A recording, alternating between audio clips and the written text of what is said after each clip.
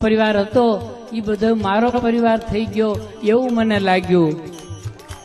અને મંજી બાપા તો જે દી મળે તે દી માથે હાથ મૂકે, બથ ભરે। મને એમ થાય કે બજરંગદાસ બાપુ આવા જ હશે। હા, બજરંગદાસ બાપુને મેં નથી જોયા, પરંતુ એ મંજી બાપાની આંખમાં મેં જોયા। અને એવા પરમ સંત જભા લેંઘામાં સંત હોય તો એ મંજી બાપા હતા। અને એ મંજી બાપાની એક સુંદર મજાની રચના એ દીકરીએ લખી છે અનિતાબેને, તો આપની સમક્ષ રજૂ કરું છું।